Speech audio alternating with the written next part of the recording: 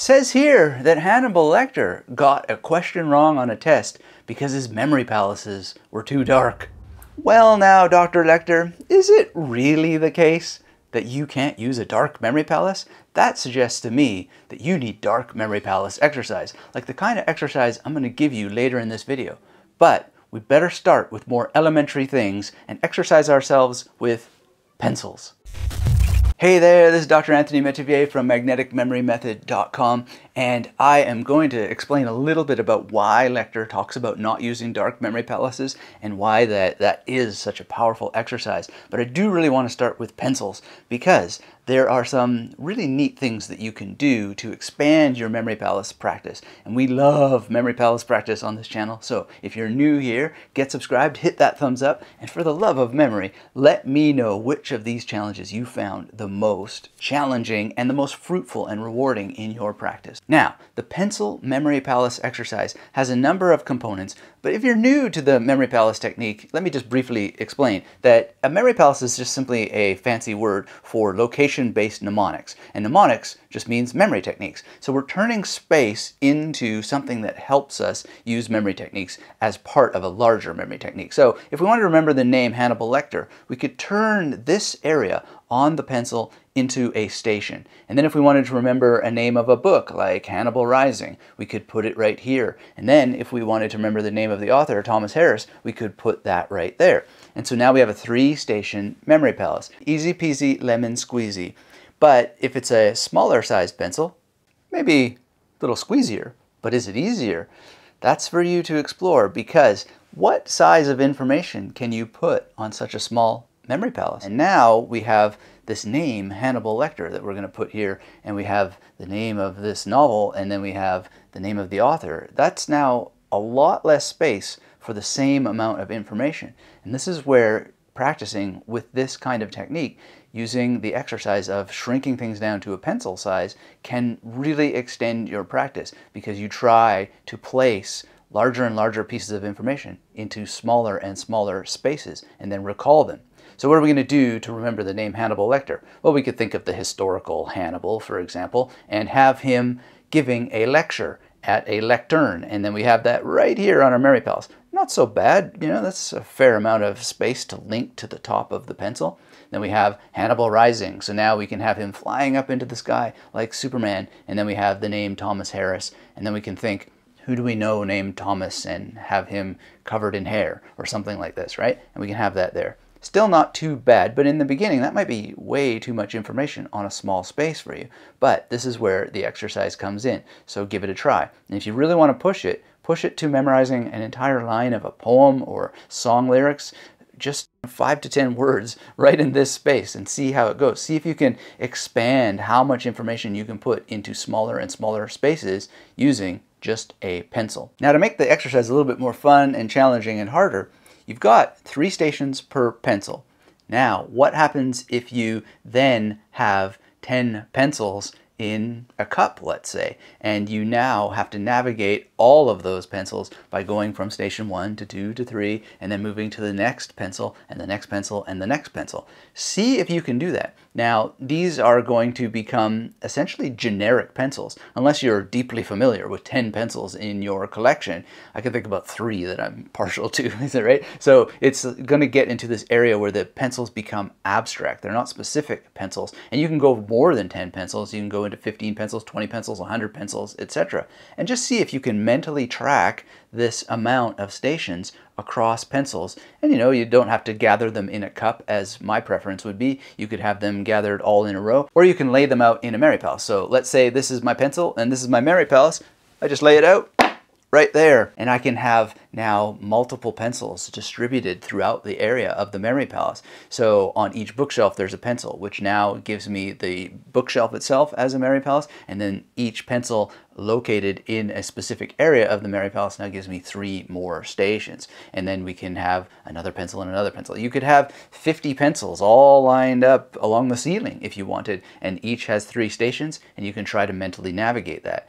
give it a try, see how far you go. This ultimately becomes a kind of concentration exercise in addition to a spatial memory encoding exercise, because now you're managing a mathematical calculation and your progress through the calculation. And then when you add information, you then need to have that extra level of encoding. You've encoded the pencils in place, and now you're adding associations to the locations on each individual pencil. It gets really, really tough really quickly, especially when they're compressed together, because that small space was already small and it feels a lot tighter and more cramped when you have it next to even more progressively smaller spaces packed into these rows of pencils, say, lodged against your ceiling. Now, I personally find I can really get away with really only small pieces of information on objects like pencils, but is really good for names and book titles and things like dates. So very small sets of digits, 4 digits perhaps, or a specific date and the year. A year can go here, and then a specific day, and then say the month. And this can help you with historical dates you want to memorize. Another thing that you can explore with the Memory Palace pencil exercise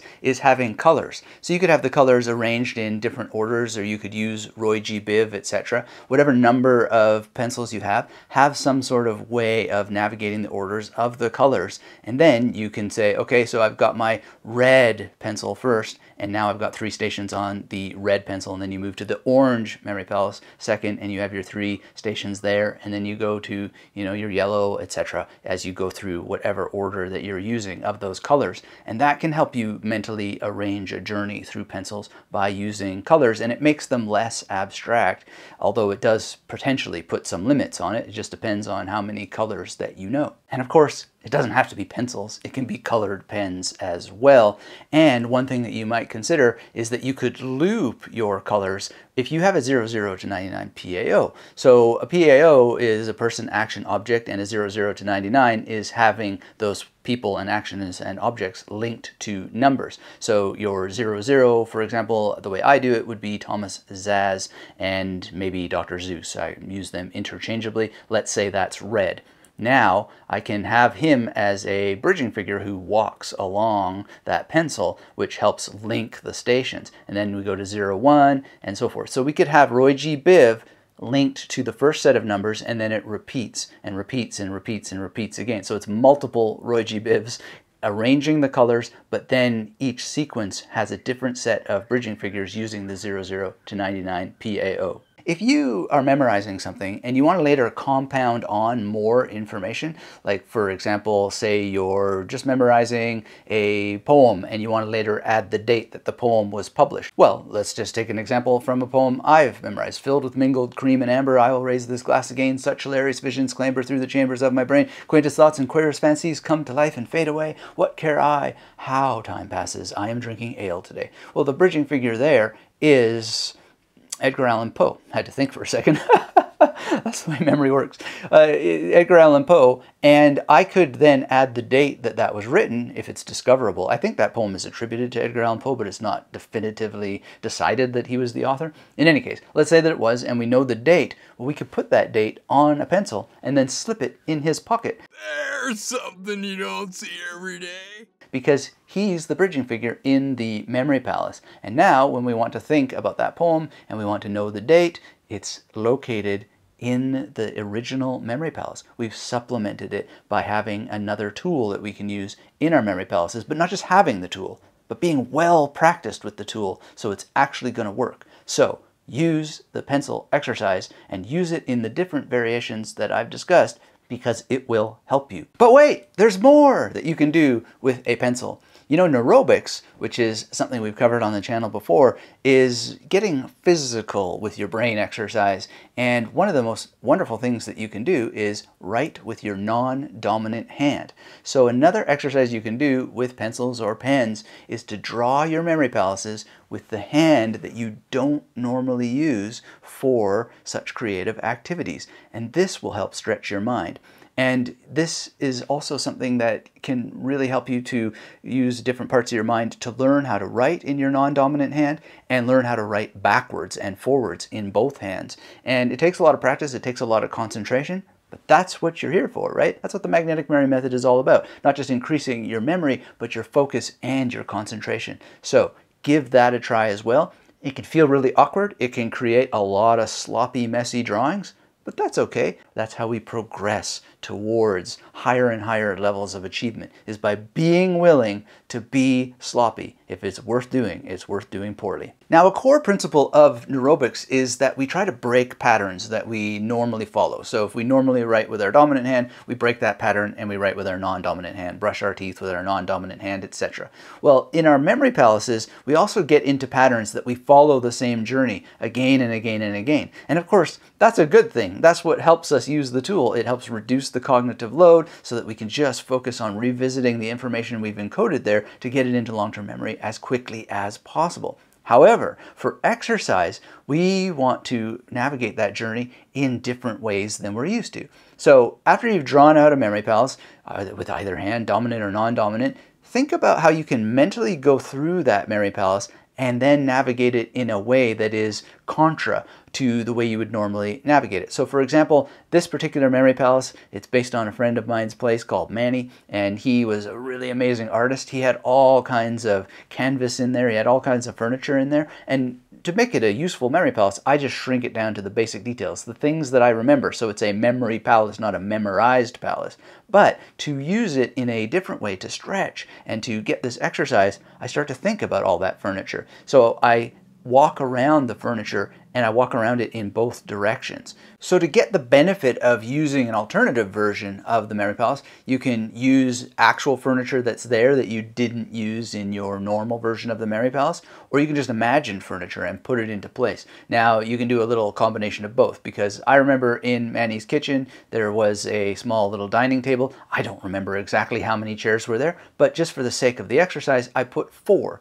And to do neurobics, just take an alternative example. A neurobic exercise would suggest that when you walk down the street, don't just always walk past the mailbox. Sometimes walk to the mailbox and go around in a circle, and then maybe a counterclockwise circle, so that you are breaking your normal pattern and you start to notice that area differently. Now in the memory palace, you're doing this in your imagination. Let's say you have 4 chairs now around a table. Normally you would dismiss those chairs. Now you just walk around them, and you can walk around them in a clockwise pattern or a counterclockwise pattern, and you just allow yourself to experience that way of navigating the memory palace that you wouldn't normally do. And of course, you could navigate around a bunch of pencils if you've stuck them in various locations in your memory palace as well, and that would be an imaginative stretching exercise that would get you to see the memory palace in different ways, from different angles, and with different obstacles. Now, I know some people are going to say, hold on a second, wait. Isn't adding these kinds of imaginary or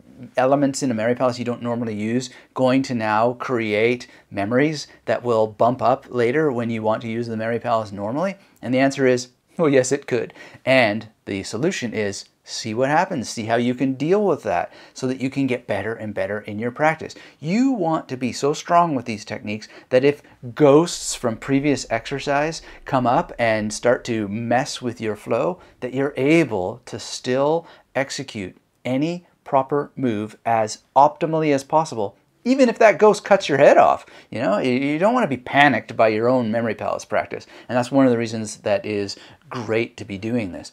Now, another way to think about a possible solution to the problem of ghosting in a memory palace with messing around with these elements is that you probably only have that issue if you don't have enough memory palaces. And many people just simply don't have enough memory palaces. So the answer to that is to create and use more memory palaces. This will expand your spatial memory. It will give you more mental rotation of space itself in different locations, which theoretically, and this isn't a scientific claim, but it's just something that I think is probably the case, you are accessing different parts of your brain when you're accessing different memories of space. Because we know that memories are encoded in many different locations in the brain. So if we're actively using many different locations, we're most likely activating and experiencing different areas of our brain.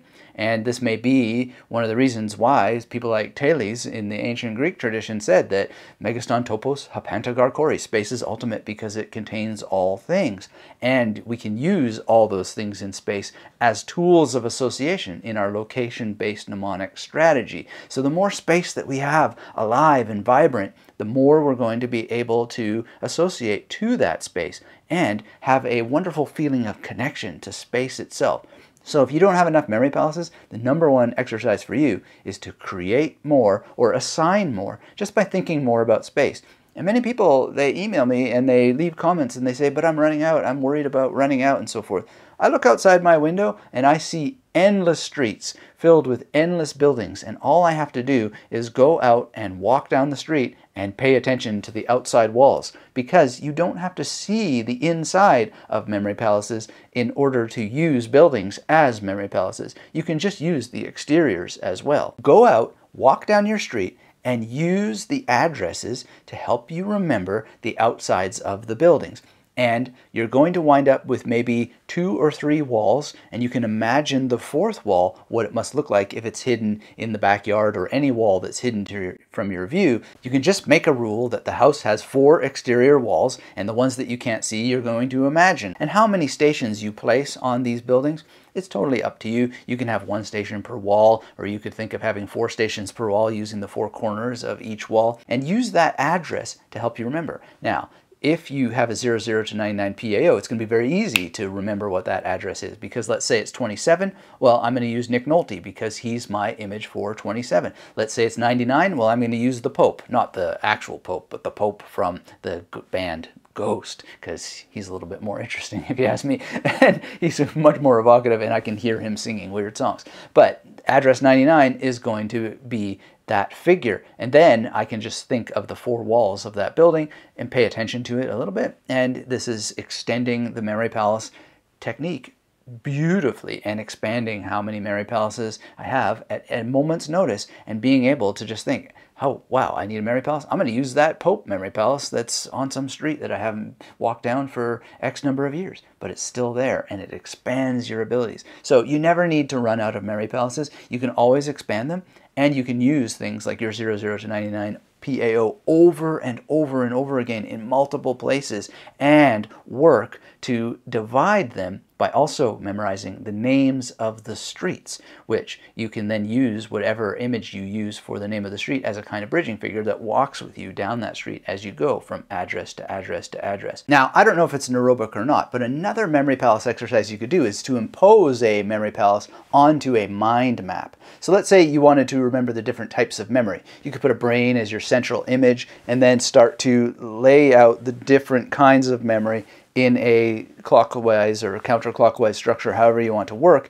and then you make these different areas stations in your memory palace. So 12 o'clock, 1 o'clock, 2 o'clock, 3 o'clock, 4 o'clock, etc. And then you just mentally navigate through the hours as your individual stations to help you remember what your associations were for the different kinds of memory. So for episodic memory, for example, I have a film clapper. And procedural memory, I think I've got swimming here. And, you know, this kind of thing helps you just go through the clock and allows you to recall everything, practice recall, so it gets into long-term memory as quickly as possible. And now it's imposed on a page, and use multiple colors. And you could even, if you wanted, use that Roy G. Biv order to give you an extra layer of how you can track your progress through the stations. And of course, to tie everything together, if you want that additional layer of neurobic exercise, use your non-dominant hand to create your mind map memory palace. Now, I don't know about you, but I'm a person with a quite noisy mind. I've been working for years to reduce the level of monkey mind chatter,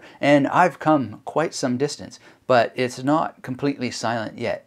And one thing that I have done lately is to double down on that original goal, and now I have a kind of priming memory palace exercise. Now, I got the idea from Right Concentration, which is a book by Lee Brasington, and I discovered that book on the Guru Viking YouTube channel. So I'll link you to that specific interview where Lee talks about this and talks about this book, and then I went and got it and read it and found out about this simple exercise, and it is really, really powerful. It's helped me a lot, and I turned it into a kind of additional memory palace exercise. And what makes what I do so tough and challenging sometimes to get that mental quiet in order to even do the exercise is because I'm reciting over 150 lines of memorized Sanskrit, and often my mind, I get up, I've got full energy, and I want to just be writing one of my books or doing whatever I do to just blah, blah, blah, blah, blah in the mind.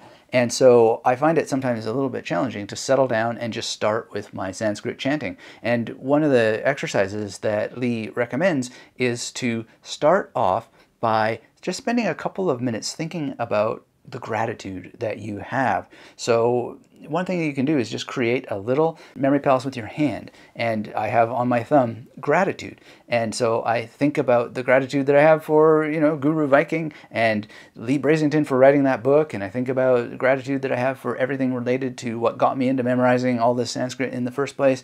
And I may think about gratitude for water, etc. But just spend a couple of minutes just feeling grateful. It's much easier than just jumping in and chanting long-form Sanskrit. It softens you up. And so whatever you are memorizing or whatever you're learning or studying, just spending a couple of minutes just thinking about the gratitude that you have is scientifically shown to help reduce that monkey mind chatter. And you can apply this across the board. Now, the next thing that he recommends is you just remind yourself of your motivation. So why is it that you're doing this? And the motivation just goes on this little finger right here. And I think about that motivation that I had, which is to just reduce monkey mind chatter and to use a kind of philosophy that dissolves thoughts or neutralizes them, better said, and helps you just notice that the mind just goes on and on and on, and that it's not real, and that reality is a different proposition, and it's so much fun. So just remind myself of that motivation. Whatever your motivation is, just spend a minute or two thinking about that motivation. Then Brasington recommends that you think about, your power, your initiative, your intention towards that goal. So I often, on my middle finger here, I have the image of my head on fire, reminding myself of the pain of just thinking wild thoughts all the time, especially unwanted thoughts, which I have much less now, but just reminding myself that, my head was burning on fire. Like literally my hair was on fire with pain to get away from these horrible thoughts. So I remind myself of that intention. And then the next part of the exercise, which is on the ring finger, is to think about love for self and others. Now this is a little bit challenging for me to sit around having love for myself, because part of the philosophy is to neutralize or dissolve the notion that there is a self in the first place, an individual identity. It's a little bit more complicated than that in the world, don't you think? I mean, I mentioned different authors already, and we fuse together by using the same language. Our consciousnesses meld, sort of like Star Trek style, and how could there be one person when we use language to transmit our thoughts across space and time?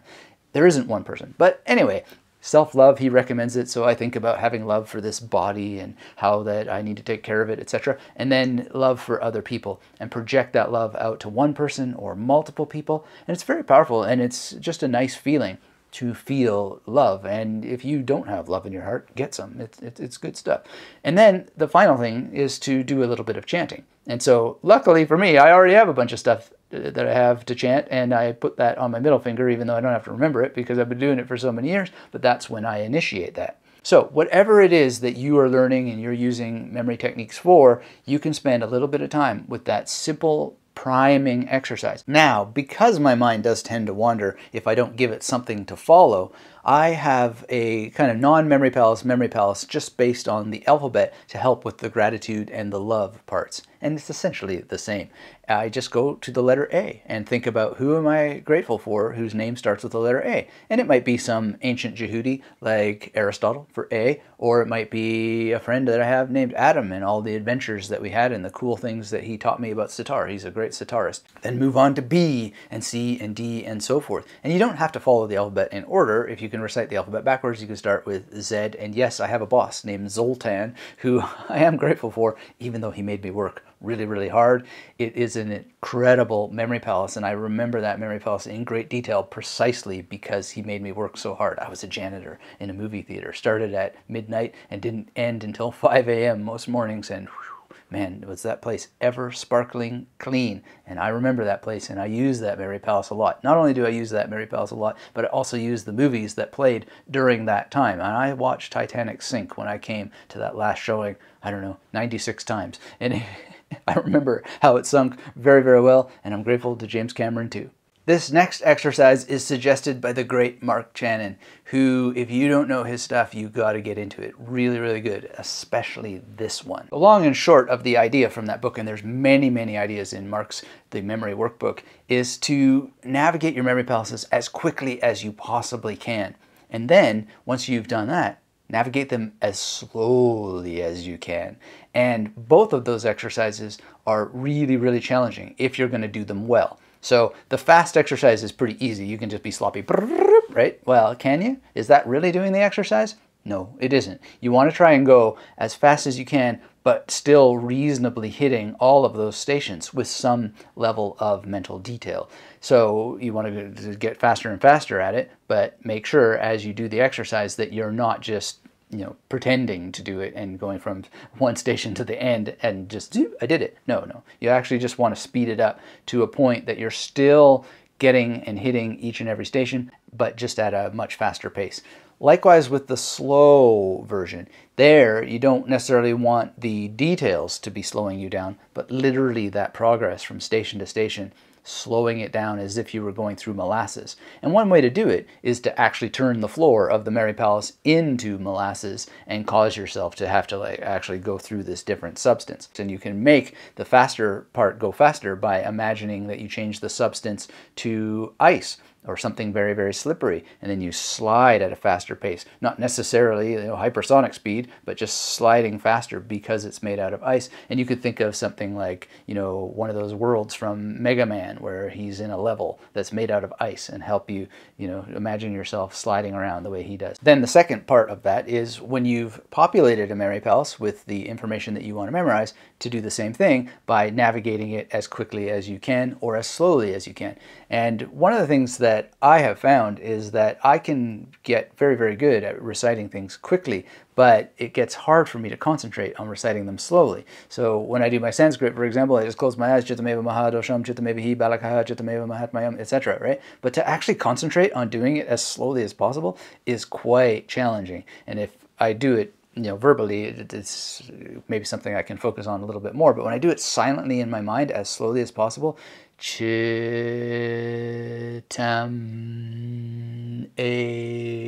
like it starts to get, oh wow, am I going to remember what the next thing is? Because something about the rhythm, something about the speed actually helps you recall what all the individual words are. But when you slow it down, you start to, oh wait, what's coming next? Because you're now so focused on the slowness of the slow, and it impedes your recall of the next thing to come at a certain level, and that obstacle strengthens your skills. Now, I've mentioned having a 00 to 99 PAO, which is its own topic and something you'll want to get into.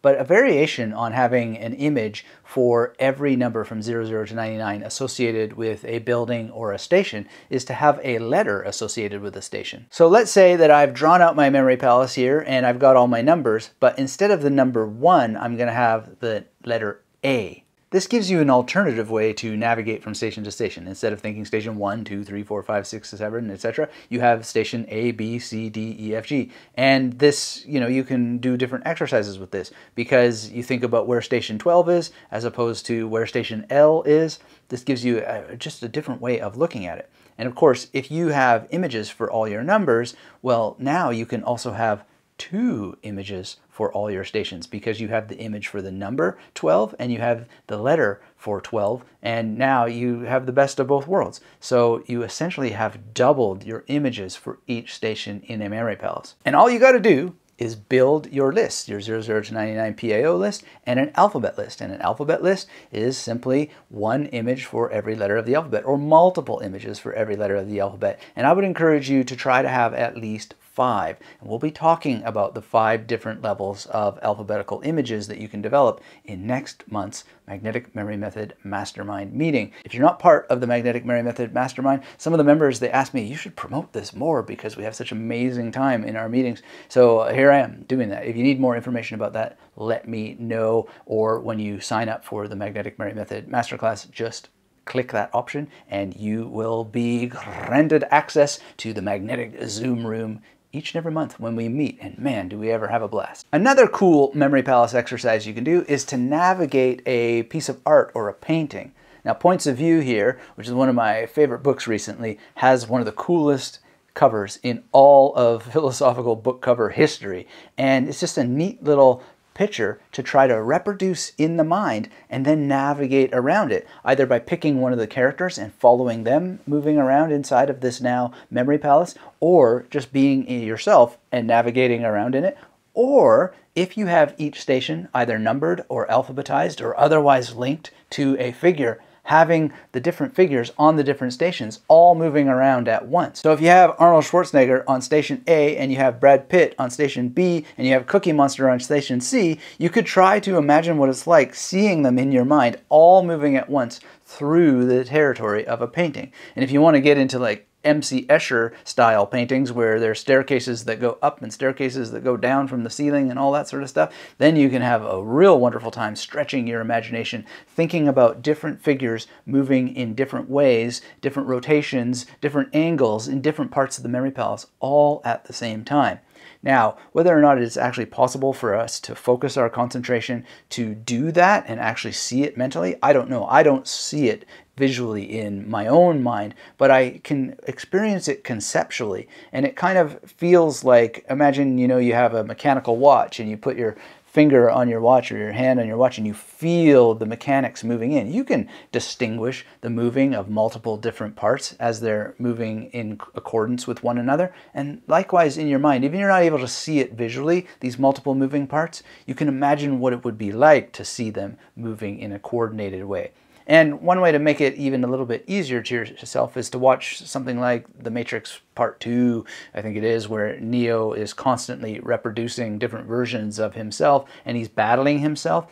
And now you just have one figure multiplied multiple times interacting with each other, as opposed to different figures. And you could start on that basis and then try to think about, okay, so now I'm going to have Neo versus Arnold Schwarzenegger. Now you're going to have Neo versus Arnold Schwarzenegger plus Brad Pitt. Then you're going to have Neo versus Arnold Schwarzenegger plus Brad Pitt plus Cookie Monster. And you scale from there and see how that you can manage this, all from within a single piece of art. And the more you mix and match this with different pieces of art, the better. And if you like playing around with pieces of art in your memory exercise and your brain exercise, make sure to watch my video called The Painting for more details on what you can do to stretch your mind by using art. This next exercise I found inspiration for in The Medieval Craft of Memory, which if you haven't read, you will want to go through each and every page of this book. There's so many wonderful ideas that can help improve your practice. The long and short of it is that every stone in a castle could be a station in your memory palace that you refer to encode associations on that helps you then remember the information that you want to usher into long-term memory. And the thing is I don't know that many castles, and I don't know that many castles that are made of stones. So I thought about just taking any wall in a memory palace and now applying bricks to it, or stones. And typically I use bricks because bricks can be, arranged in a particular way, and you can have them just in basically columns. And so, you just have a count. So every wall has now 10 columns and every column has 100 bricks. And just mentally think of walking through them. Now this is the equivalent in some sense of an exercise as counting sheep, but you're really going through the space and thinking it through as you go 1, 2, 3, 4, and really spend some time thinking about where those bricks are in relation to them. Now 1 to 100 is a bit of a big starting point, so start with 10. 10 columns of 10 is not too bad. Now this isn't that much different than saying having 10 bookshelves or 10 bookcases along a wall, each bookcase having 10 shelves. You could do it that way as well, but I like the idea of maybe having bricks inside of those bookshelves, or you could just have individual books inside of those bookshelves. And the idea is that you're just placing this kind of rule of objects in space and then following it and then thinking about how each of those could be a station in the memory palace for use later. Now, even if you don't ever use that memory palace to encode any information, it is a very, very powerful exercise to think it through. And then you always have the option of just imposing these structures inside of other memory palaces if you ever wanted to use them. So I'm probably never going to memorize pi to any length at all. But if I were, this might be the kind of strategy that I might use to complete that exercise, because it's very simple and structured, and it would really get into a lot of linking, but the linking would still at least be spatially organized, and I would have a very, very strong sense of where they were. So imagine, you have 2 digits at a time, or maybe sets of digits, so maybe 3 sets of 2 digits, so 6 digits in total along each brick. and then we had 10 of those going down a column, you can figure out the math of how much of pi you could fit in an individual room that way. And I would go down one column, up the next, down the next, up the next, down the next, etc. throughout that room, each on a brick. So this is a potential application for that kind of thing. It could also be names and dates. So brick 1 would have the name of a figure, brick 2 would have their dates. Brick 3 would have the name of a figure, brick 4 would have their dates. And it's just a nice structured way to do that. And it's compressed, so you have to deal with compression and think through how that's going to work for you. But this is where you get a lot of growth in your memory practice, because you are actually taking on these different kinds of arrangements, these different challenges, and putting larger pieces of information into smaller spaces. Now, when I was talking about Lee Brasington and right concentration, I talked about using the hand, for example, a gratitude on the thumb. Now, where did I get that idea? Well, it's a very old idea. One source in the Western tradition is called the Guidonian hand, and it is often used to help people remember music. But it's even older than that, and a source for it is in Tyson Yunkaporta's Sand Talk, which is a very, very interesting book, and you can watch my interview with Tyson about that. And in it, I show him how I use the technique as he describes in the book to memorize something that he talks about in the book, which is the idea when you are having a meeting with someone that you connect with them, you respect what they're saying, you reflect on what they're saying, and then you direct what it is that you want to contribute to the conversation. Isn't that a nice little thing to do? Wouldn't everything in life be so much better if we all did that when we were talking to other people? I highly recommend that you get into using your hands as a mnemonic device, a location-based mnemonic. It's, in my experience, not the greatest thing under the sun for, all kinds of large memory projects, memorizing lots of facts and figures in long-form Sanskrit, for example, or poetry or lyrics or foreign language vocabulary and phrases. I wouldn't go to the hands for that. But for simple rules of thumb, procedures you want to remember, wow, the hands are really, really great. And I haven't gotten as deep into the applications for music as I might like, because I just happen to know music already from years and years of studying it.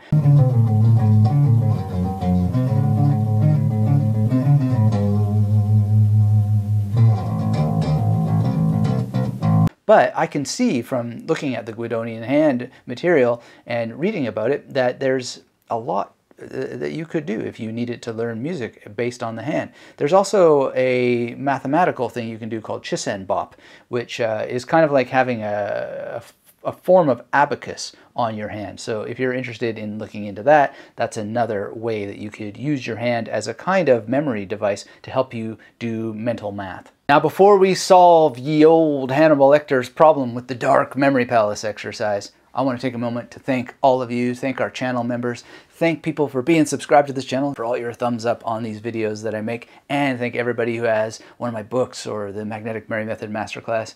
This channel is for you to take those things to the next level, to continue building our community, and I appreciate each and every one of you. And when I am in my gratitude memory palace and my love to the world memory palace, I don't know all of you individually, but I am thinking of you as a collective, as a whole, and I really, really appreciate it. And if you are all new to this and you haven't visited magneticmerrymethod.com, please stop on by. This is the central headquarters. Most of the activity happens over there, and we just love to have a collaboration, let's say, with YouTube in order to be able to just make this grow, this passion for memory that so many people have, but not enough.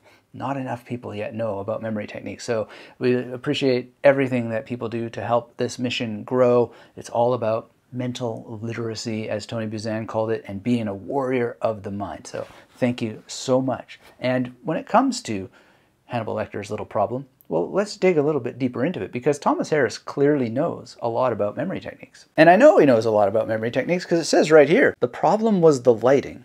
Displays in a memory palace must be well lit, with generous spaces between them. This dirty stone was too much of one color as well.